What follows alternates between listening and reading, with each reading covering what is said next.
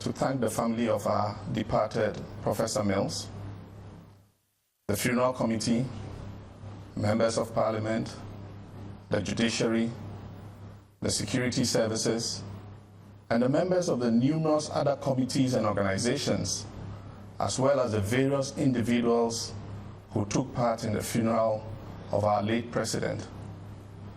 It was a homegoing celebration that turned out to be not only fitting but flawless.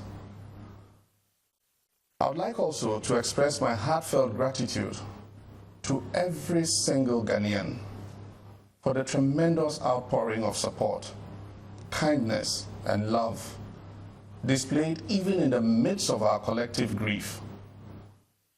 The depth of our loss was made evident, as was the depth of our respect and appreciation for the life and work of Professor Atta Mills. Though I've always been proud to be a Ghanaian, over the course of the past 3 weeks, as I watched our country coming together to mourn, to remember, and to reconcile, I felt that pride in an even more profound way. Over the course of the past 3 weeks, much has been mentioned by me and by several others about our impressive show of unity during this time of unimaginable tragedy. There are some who believe that this feeling of goodwill we have towards one another will fade sooner rather than later, and that so too will the unity that it has produced. I don't share that belief. There's no reason why we cannot continue to stand united and to move forward together as one. There's no reason why our differences have to divide us or turn us into adversaries, especially not our political differences. When it comes to the practice of peace and unity, we Ghanaians have always been exemplary. Whether we support Hearts of Oak or Asante Kotoko, when it's time for the Black Stars to play, we are indivisible. When other nations descended into ethnic rivalry and warfare, we Ghanaians worked and laughed, ate, and lived together without regard to ethnic background. When other nations allowed religious intolerance to turn into violence, we embrace our brothers and sisters of different faiths, wishing them Happy Easter and Ramadan Mubarak.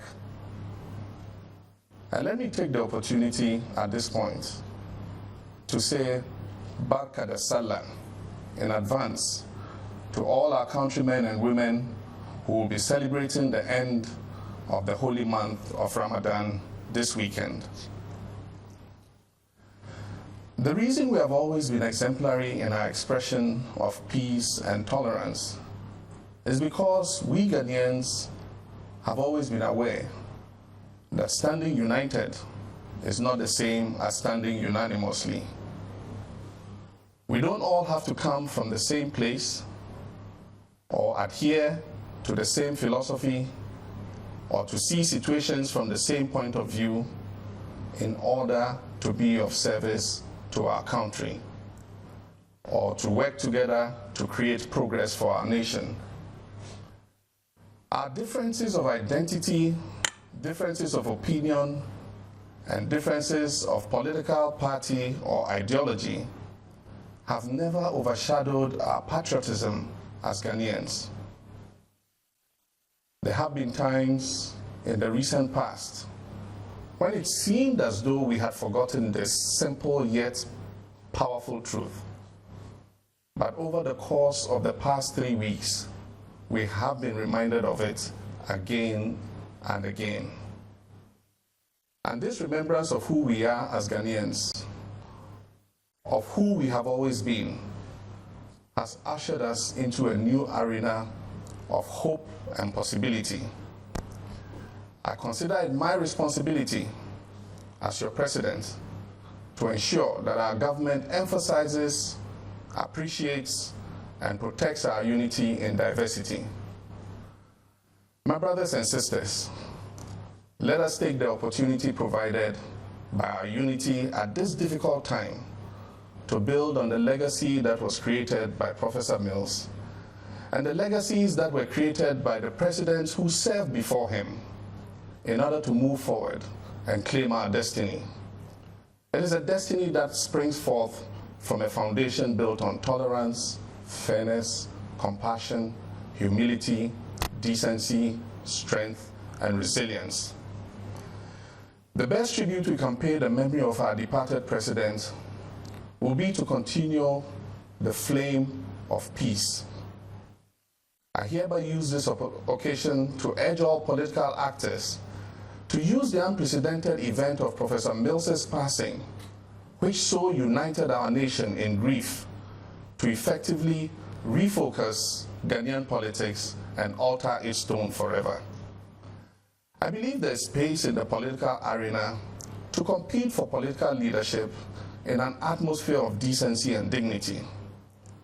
It is said that politics is a dirty game. I dare say it is us politicians who make it so. We have arrived at this point in history through our collective effort. Let us together tap all the rich and diverse talent and resources available to our nation to spur its accelerated development. Although we have made great strides together as a nation, I'm very much aware that there are places within this country where people lack access to the productive economic, health, and social infrastructure that will help them make the most of their opportunities and create a decent life for themselves and their families. Together, we can change this. Together, we will change this. Fellow countrymen and women, in the next 2 weeks, I'll present an agenda to the nation on some policy measures we need to take to consolidate the progress we have made. I wish to preside over a country whose ethnically divergent people are its greatest source of strength, talent, and innovation. A country whose energies will be concentrated in extracting the most extraordinary aspects of our differences and transforming them into a source of growth and enterprise creation. I encourage our young people, both men and women, to embrace these qualities in all that they do. I encourage them to believe in themselves and to have the confidence to think differently, to do things differently and innovatively.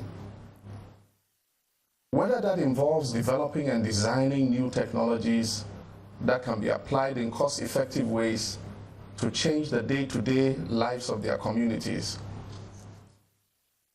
or whether it involves making their voices heard by offering inputs as to how to improve our educational system so that it's more responsive to the needs of students and more effective in teaching the information and skills necessary for our graduates to compete with their peers across the world.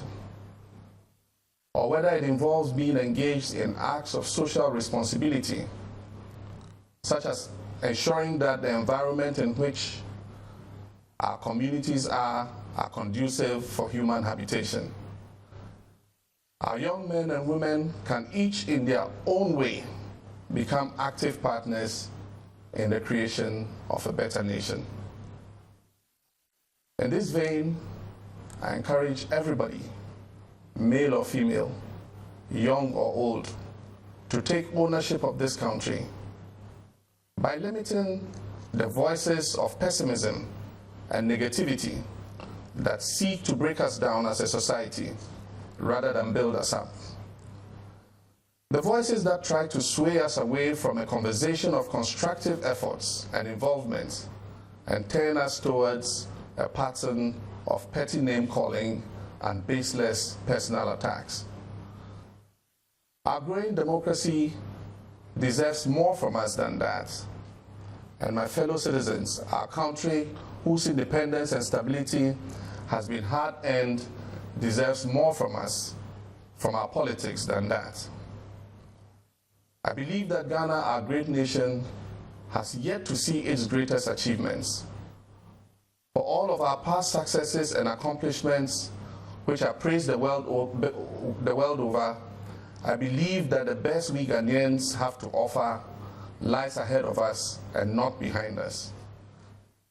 Given our ability to negotiate a potentially challenging but seamless political transition through the sterling performance of our democratic institutions, our judiciary, our parliament, the security services, and a vibrant and largely responsible media, I am fully confident that greater success is within Ghana's grasp, and we shall continue to be a beacon of hope and pride to Africa and the world. Countrymen and women, our nation goes to elections in December this year. I pledge to use all my efforts to secure our collective peace and security. Osajifo Dr. Kwame Nkrumah, our founding father, the first president of the Republic, is famously quoted as saying, "We face neither east nor west, we face forward." My brothers and sisters, I want to thank you once again for the support that many of you gave to me as president during this very difficult time. I want to thank you for the support that we gave